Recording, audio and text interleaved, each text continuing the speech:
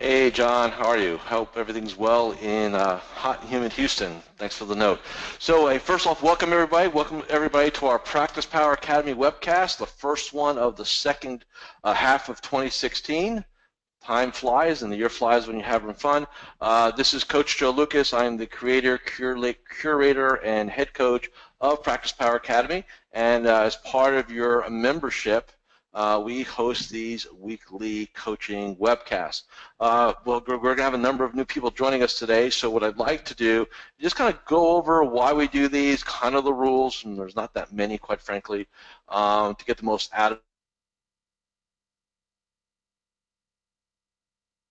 of this. Typically, we do these webcasts on Wednesdays at noon for the weeks that I am actually in my office in tactical coaching mode. So usually 3 weeks out of a typical month. They can go up to an hour, but we find this is our 7th one, that it goes somewhere between 30 and 45 minutes, which is great. You can hang out, learn, listen to some great things I'm going to share with you. You can ask questions in advance when you register. We always love questions. It gives us something to work around. Then also during this webcast, if you're using the GoToWebinar app or you're logged into GoToWebinar, you have the opportunity to post questions that I'll be happy to answer for you. Okay, so a couple things like that. So why do we do these? First off, I've decided to take Practice Power and take it from a static kind of content site to an interactive, live, what we'll call robo-coaching site for financial advisors and RIAs.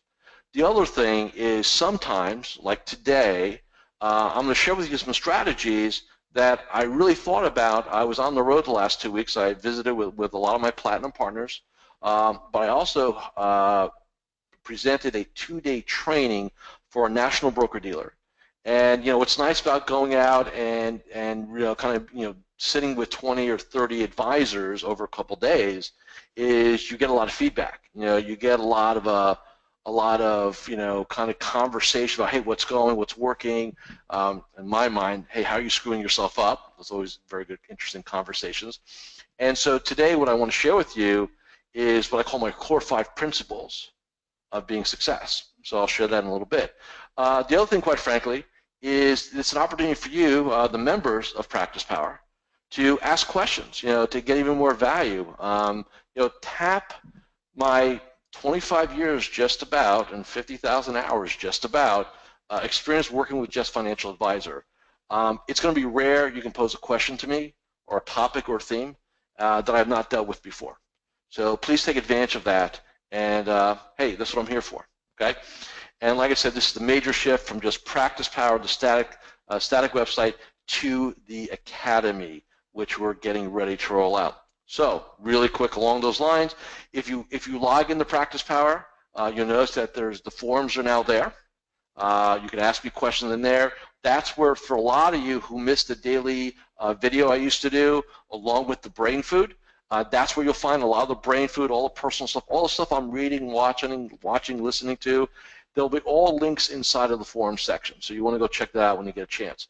The other piece is these webcasts. We've created the webcast page, and this is so if for some reason you missed something or you didn't take notes, which happens obviously here, you have an opportunity to go back and listen to the replay. Replays are usually posted within 3 to 4 days, right below the registration information on the webcast page, which you'll find on your Practice Power Academy dashboard. So why we do these, some updates for everybody, and just from a timeline perspective real quick on the Academy, we're literally almost there. Because I've been on the road the last 2 weeks, I've got one more video to shoot, and once I shoot that video, my team has all the content and we're going to roll it out. So a couple more weeks and I think we'll be ready to go. So topics, questions for today, let's kind of get into it. So there's really a couple things that I want to really talk about. It was actually a question by John about activity, which we'll cover him in a little bit. Momentum for the summer. Here we are here in Florida. The heat index is 109 today here in Central Florida, and we got humidity, so it's kind of sucky. And look, kids are out of school. It's summer. I will definitely buy into. There's a different, if you will, about your business, about doing business development. But I think there's a couple rules that are going to be constant. Number one, and I actually addressed this, I think maybe it was 3 or 4 webcasts ago, was create your summer rules. So what are the rules? What time you're going to get in, what must you get done, and then when you're getting out. So for a lot of my clients, and I'll give you some examples, it looks sort of like this. We'll still do it, we'll still get up early, we'll still definitely do our morning ritual, we'll still have a daily game plan, we'll have those things, and then we'll crush it till maybe 12, 1 o'clock, maybe take a client out to lunch. And quite frankly, we may not come back. If our kids are out of school and we've got other things to do, we may not come back after lunch, or we come back for a little bit, and then we're rolling out of there 2 or 3 o'clock in the afternoon, and maybe even taking Friday as a flex / strategic day. What you want to do is not buy into the concept of it's summer, nobody wants to do any business, and you go into what I call hangout mode, right? When you go into hangout mode, it creates a lot of bad habits then we have to go break. So I think momentum it's about pinging people, following up, shooting emails, staying in touch with them. If people say, hey, it's summer, let's talk about this after Labor Day, unless you can tell me there's a compelling reason why they should do it earlier than that, other than the fact you want them to do it earlier, say, look, if that makes sense to you, totally understand it, let's go ahead and I'll put you on the list to schedule up something. I'm going to reach out to you in August, get you in the calendar for September, right? What you don't want to do is wait till after Labor Day to start your scheduling, right, and your follow-up, because everybody knows it takes a couple of weeks to kind of get everybody in the calendar, reach out to everybody, and then, gosh, next thing you know, it's October, and you lost September. I've always felt that September, October business is set up in July and August. You set the stage for that.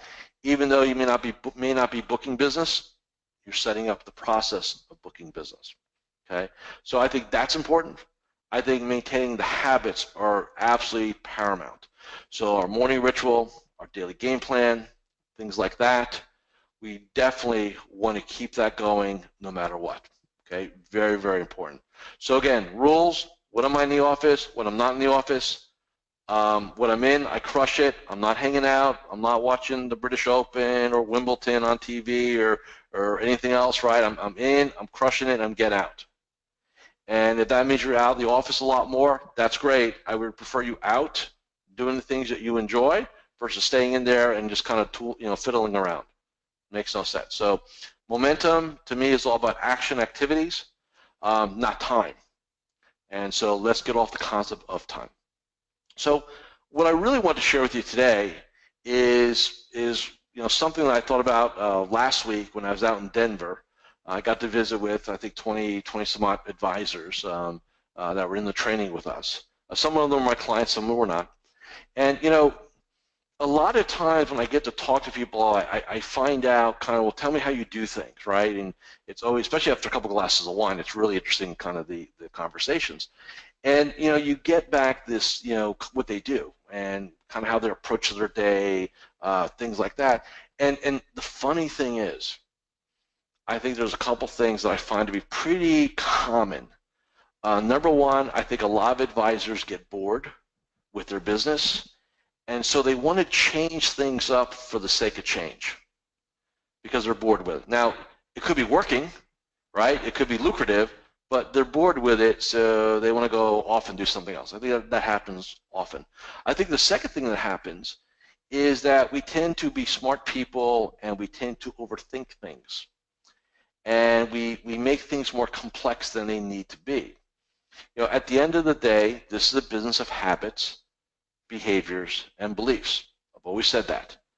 And we'll talk about habits and behaviors right now, beliefs maybe another time. When I look at basics, somebody says, Joe, what are the basics of this business?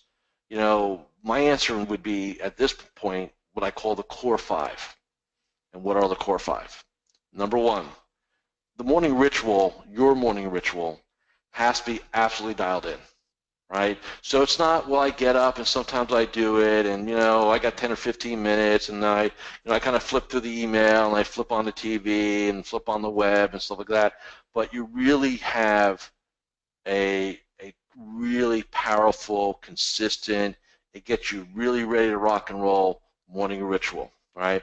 I know there's a couple people on this webcast that were in Denver, so go back through your notes when I did the morning ritual piece, right? Went through that process. If you weren't in Denver, obviously a lot of you weren't. If you haven't revisited how to create a morning ritual in Practice Power, you know what? I think that's something you always want to be around, and even use the morning ritual builder inside of Practice Power to kind of create what you need to create there. So the first thing of the core 5 is, you know what? We start the day in the right way to serve us. So morning ritual. Number 2, daily game plan in writing. It's just interesting to me how smart people sabotage themselves by just breaking down core habits, right? And to me, it's just like an athlete, right? If you look at the greatest athlete, I don't go pick any sport, it's irrelevant to me. You're going to find that they have absolute discipline with the basics. And these core 5 are our disciplines. So number 2, daily game plan, it's in writing. It's done either the night before, the morning of, right? It is not done when you hit your office and your phone's blinking and you got messages in your email box, right? And you're doing all. It is too late. The game has already begun. You do not have a plan. So what's the difference between a daily game plan and a to-do list? Very simple. A to-do list is client-driven, firm-driven, right? A daily game plan is goal-driven. What do we want to accomplish? Now, do elements of the to-do list end up on your daily game plan? Of course they do. But we're very clear on driving our results first. So the second thing is, again, our daily game plan. Third piece, contacts. So this is a business, and again, basics, right? This is a business of communication, education, contacts. So whether that contact is face-to-face, whether that contact is done through an email exchange, not a global newsletter piece, whether that contact is done through a phone call or voicemail, it all counts. So what is your standard on contacts? Typical advisor that I've worked with for decades, the number typically is between 10 and 15, somewhere in there, right? Now, if you're doing high net worth, a little bit more of a niche market, maybe less. Could you go up? Could you go up more? Yes, you could. If you're doing a lot more business development, a lot more email, a lot more social media, could you go above 15? Yes, but without knowing everybody's business, 10 to 15 to be right. That's the third of the core 5. Fourth, introduction conversations. How many introduction conversations are you willing to commit to each and every business day? So is it, typically in my perfect world, it's 3 to 5. So if we're doing 10 to 15 contacts, we should be able to get 3 to 5 referral conversations / introduction conversations in there, right? The way we do it. And I'm not going to do it here. Maybe I'll do it on our next webcast, is really debunk and syntax out what introduction and referral processes look like.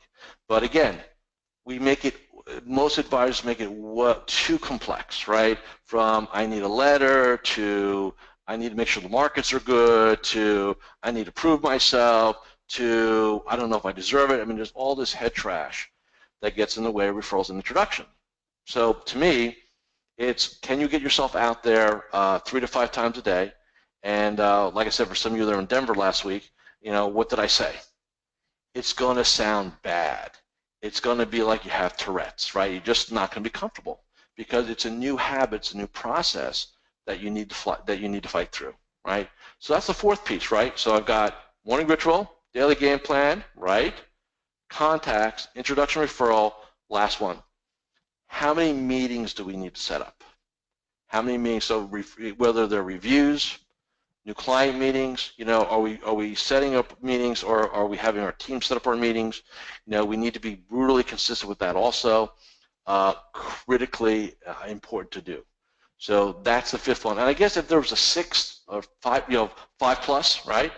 I would say one of the things that you always want to be conditioning yourself to do is to just pick one thing, small. It doesn't have to be a big thing, right?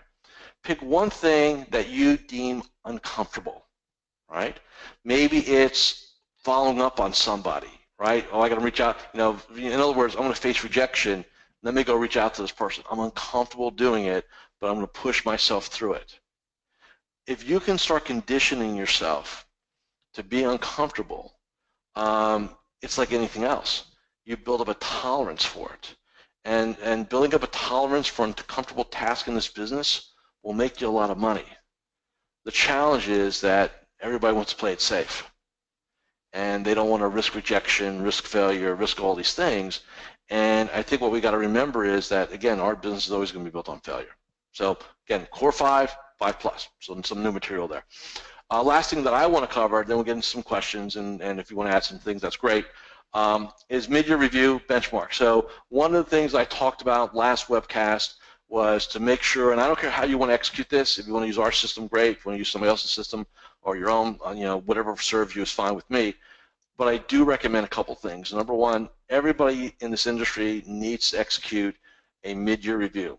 Hey, time out, how the first half of the year go, what's on the win column, right? What's on the we need work column, right? What's on the I got to focus on second half of the year column. At minimum, you should do that. Very simple process, right?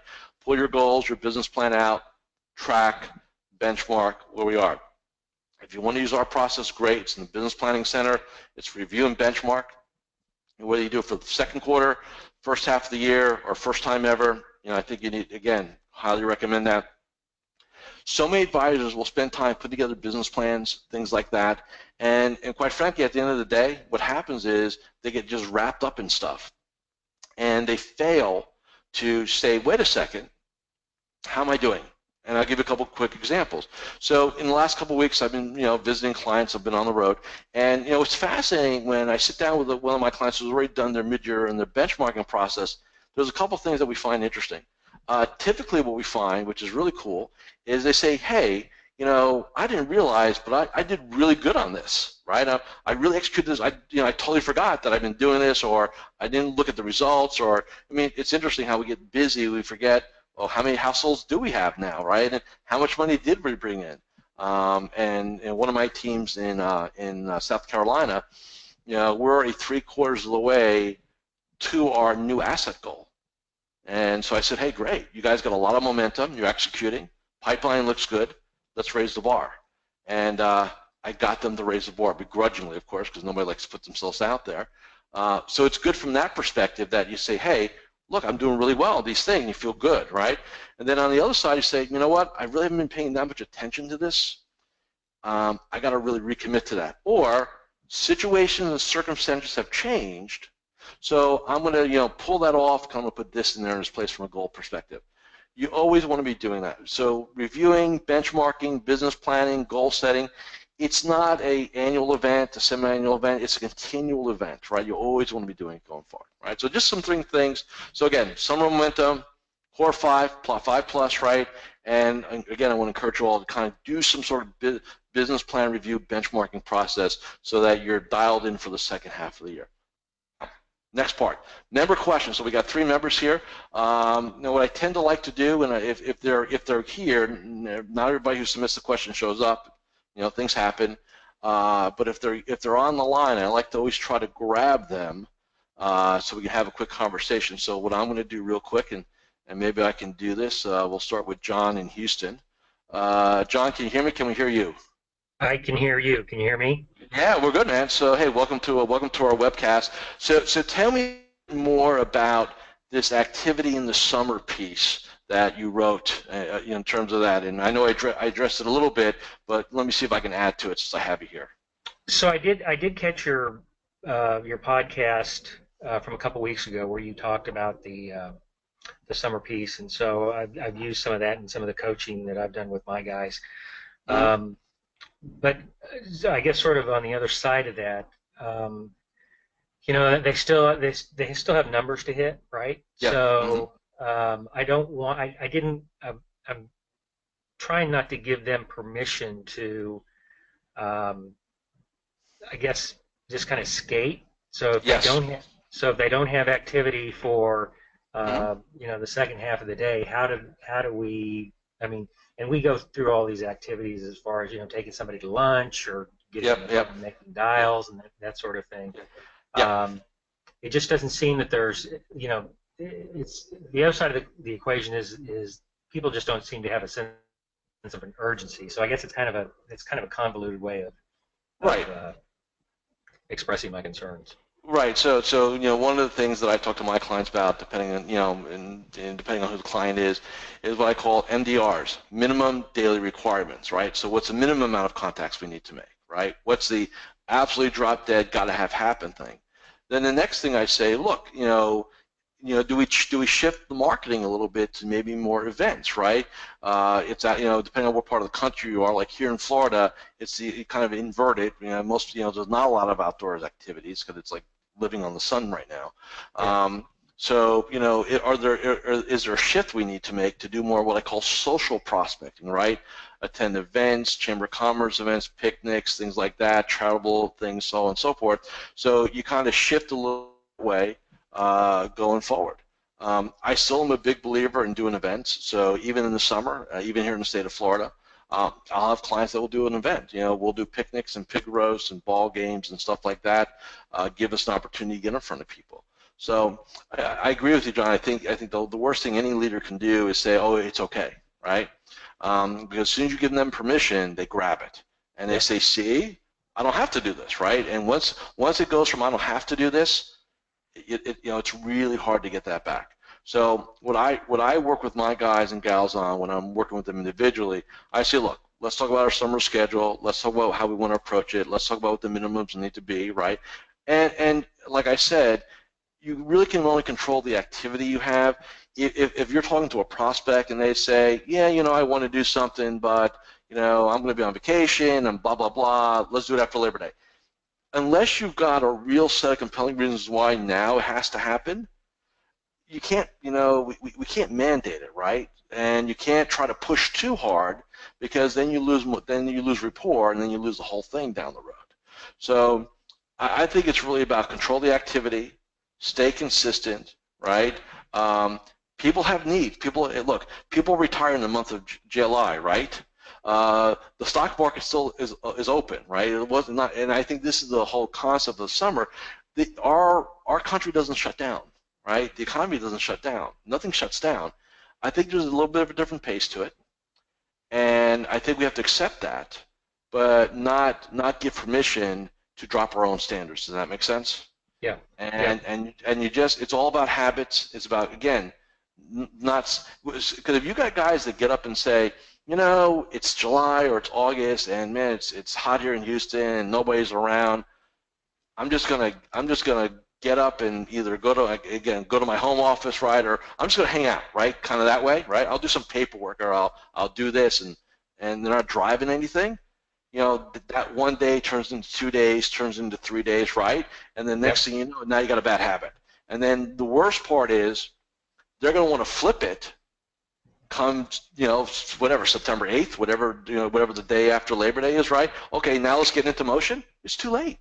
Yeah. What we do today shows up on our paycheck in 60, 90 days. So you blow the summer up, you're not getting momentum until October, November. It's the end of the year. Yeah. And guys do their whole career that way. So I hope that helps you. Don't let them do that, okay? And I did. I mean, so I think your advice as far as not goofing around the office is a great idea. But then also, the other piece that I kind of added to that was, if you still need to meet 10 people a week, you may have to put in some additional time up front, to make those calls. And so if you're doing 20 calls on Monday and Tuesday, you may need to do 40 calls. Right, So, or go out and play in traffic, right? Depending on what you're doing. Right. You can do that too, right? Like I said, I mean, I've got a couple clients that, because of their passions, whether it's golfing or sailboating or yachting or whatever, summer is when we can go play in traffic a little bit differently, right? And so I encourage them. I say, look, go be in your office in the morning, hit your contacts, do that. Either go take a client out to lunch or go hook up with a threesome somewhere on the golf course, or go down to the yacht club and go network there, right? But let's get our contacts in. And there's a lot of ways to be creative in doing that. Yep. Okay? Appreciate it. Thanks. No, thanks. Thanks for being here. So let's go to the next question. Dave H., which I know his last name. I don't put it on the call here. I don't see Dave here, so I'm going to try to address it the way that I think it needs to be addressed. How do I stop the feeling that I'm out of control and my running me. Wow, that's a mouthful of thing there. So a couple things, Dave. I'm sorry you're not here. First off, I'll say, environment, and I'll say physical environment, right? Then I'm going to say this environment here, right? Headspace. So let's talk physical environment first. If you're, I don't care if you work from home, independent, wirehouse, totally doesn't matter to me.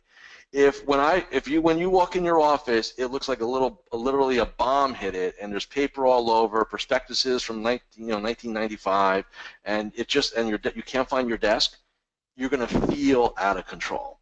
So the first thing I would recommend to you is to what I call schedule a clean sweep day. A clean sweep day, like a Friday or something like that, where, hey, no phone calls, no meetings, unplug the phone, don't put the internet on, right? And just shred stuff. Get organized, because if your office environment is in control, you're going to feel like control. Some of you watching video, you see behind me, right? You see how I operate. I operate because I always need to feel like my environment is supportive of me and I'm in control, right? So that's number one. Number two, if you don't have a daily game plan, morning ritual, going back to my core 5 we just spoke about, and you're just kind of coming in and showing up, it's exactly what you have: a business running the advisor versus the advisor running the business. So those things there for sure you need to get your arms around. So again, conceptually, get your office cleaned up from an environmental standpoint, morning ritual, daily game plan. Dave, again, I know you're a member. I don't know you personally. If you haven't even done a business plan or a set of goals, and what you have there is probably a well-paying job, and that's why you feel like it is. So business plan, goals, right? Daily game plan, environment cleared up, getting up early, morning ritual, the basics like I just talked about. All right, next, Tony M. Let me see if he's here real quick. He may or may not be. If not, no big deal. I don't see Tony, so let me do this. I'm struggling with the idea of doing client events. They seem to be expensive. Well, if you take your clients to Ruth Chris and you spend $100 a head, yeah, it kind of is expensive. I'm a big believer. I encourage all my clients to do client events, but I don't want them done in what I call the typical client events thing, where you take your top clients, you go maybe you get a wholesaler, you get a restaurant, or you do a wine tasting, and it's like, hey, thank you for being my clients. I'm lucky to have you. I mean, you should always be grateful. What I like to see is clients, encourage them to bring a guest. We populate the event with prospects, people that have not said yes to us yet, and we create these what I call client hybrid events. Clients, guests that are guests, right? Every time I've had a client do one of these events, it has resulted in business, because good things tend to happen when clients and non-clients are in the same room. And by the way, it does not have to be expensive. I love the idea of doing what I call a monthly Ask Me Anything. So, so in your case, Tony, it'd be Ask Tony Anything, ATAs, right? Clients, guests, our guests. I've got clients that do these. They rent out the Chamber of Commerce, the community room, $25. They do Panera, box lunch, $12, $15, right? And they 10, 12, 15, 20 people there, but they do them every month. You can take that same concept, pivot it into the evening. Nice, again, I use the word Italian because that tends to serve most people.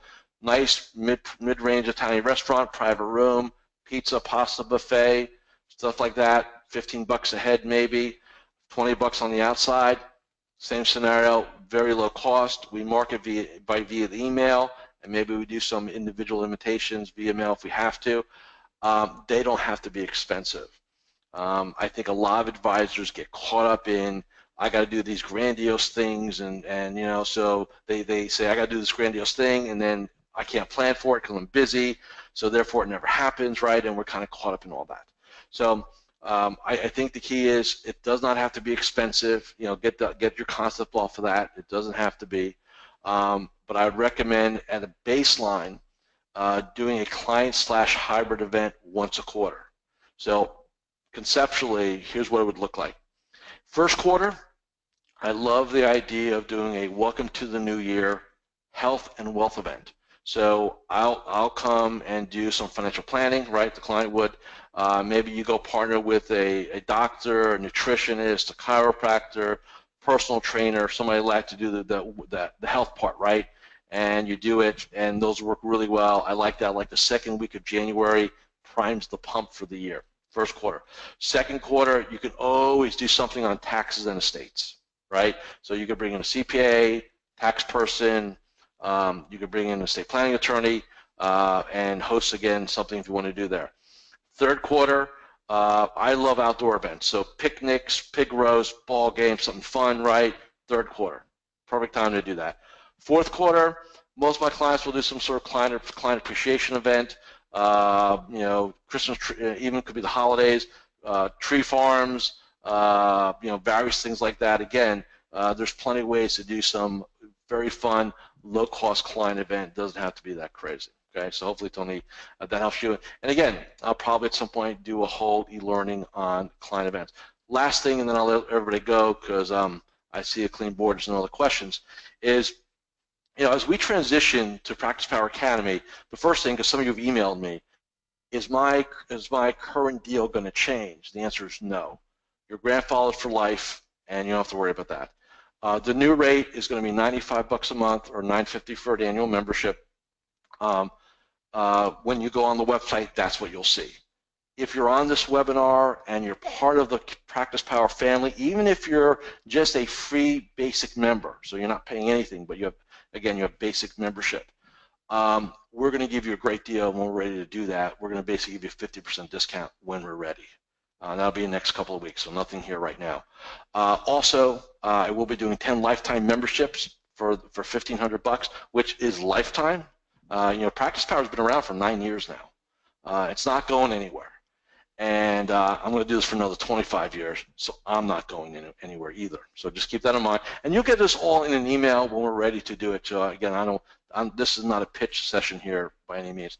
The last thing I want to mention is if you're a member of a group, an organization, or you're a leader, we are going to be doing some really cool private label deals that really, so if you want to bring coaching and training to your people in a very, very cost-effective way by partnering with me and the Academy, definitely we want to talk to you about that. Okay, so that's it, and again, end the story on that. So we're going to be here next week, same time, Wednesdays, noon, right, from that perspective. So replay will be up over the weekend. You'll see a link to that when we send the invitations out. And for some of you new people that are here for the first time, hey, thank you for being here. I hope you found some value. Put some questions on the board. Don't be afraid to, when you register, put something in there. I'd love to help you personally. That's what these webcasts are for. So with that, I'll let everybody get back to work. Hey, I know it's a short week, so I really appreciate all you being here. Have a great week, great weekend, and I'll see you in 7 days. We're out.